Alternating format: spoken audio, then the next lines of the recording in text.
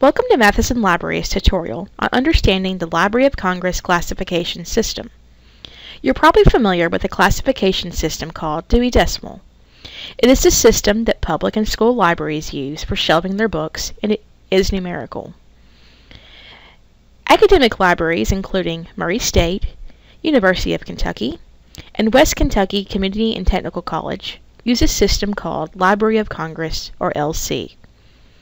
LC divides the subject categories alphabetically into 21 classes.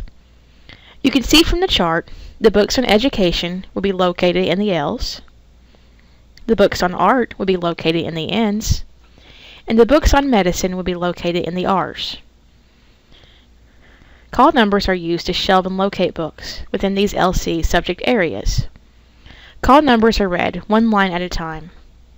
The first line of the call number can consist of 1, 2, or 3 letters and represents the subject category and subdivisions assigned to the item.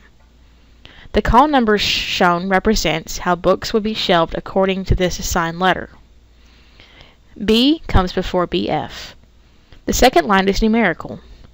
698 comes before 698.19, and 698.19 comes before 698.2. The third line begins with a decimal point. Look for the letter, then the number on that line. Remember, there is a decimal point before the number, so 0.23 would come before 0.3. 23 hundredths comes before 30 hundredths.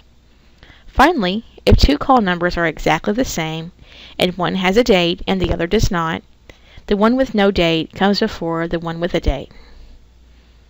The call numbers here show how books would be arranged according to a call number on the shelves according to LC classification. If you have questions about Matheson Library or about this tutorial, please use the contacts located on the left side of the page.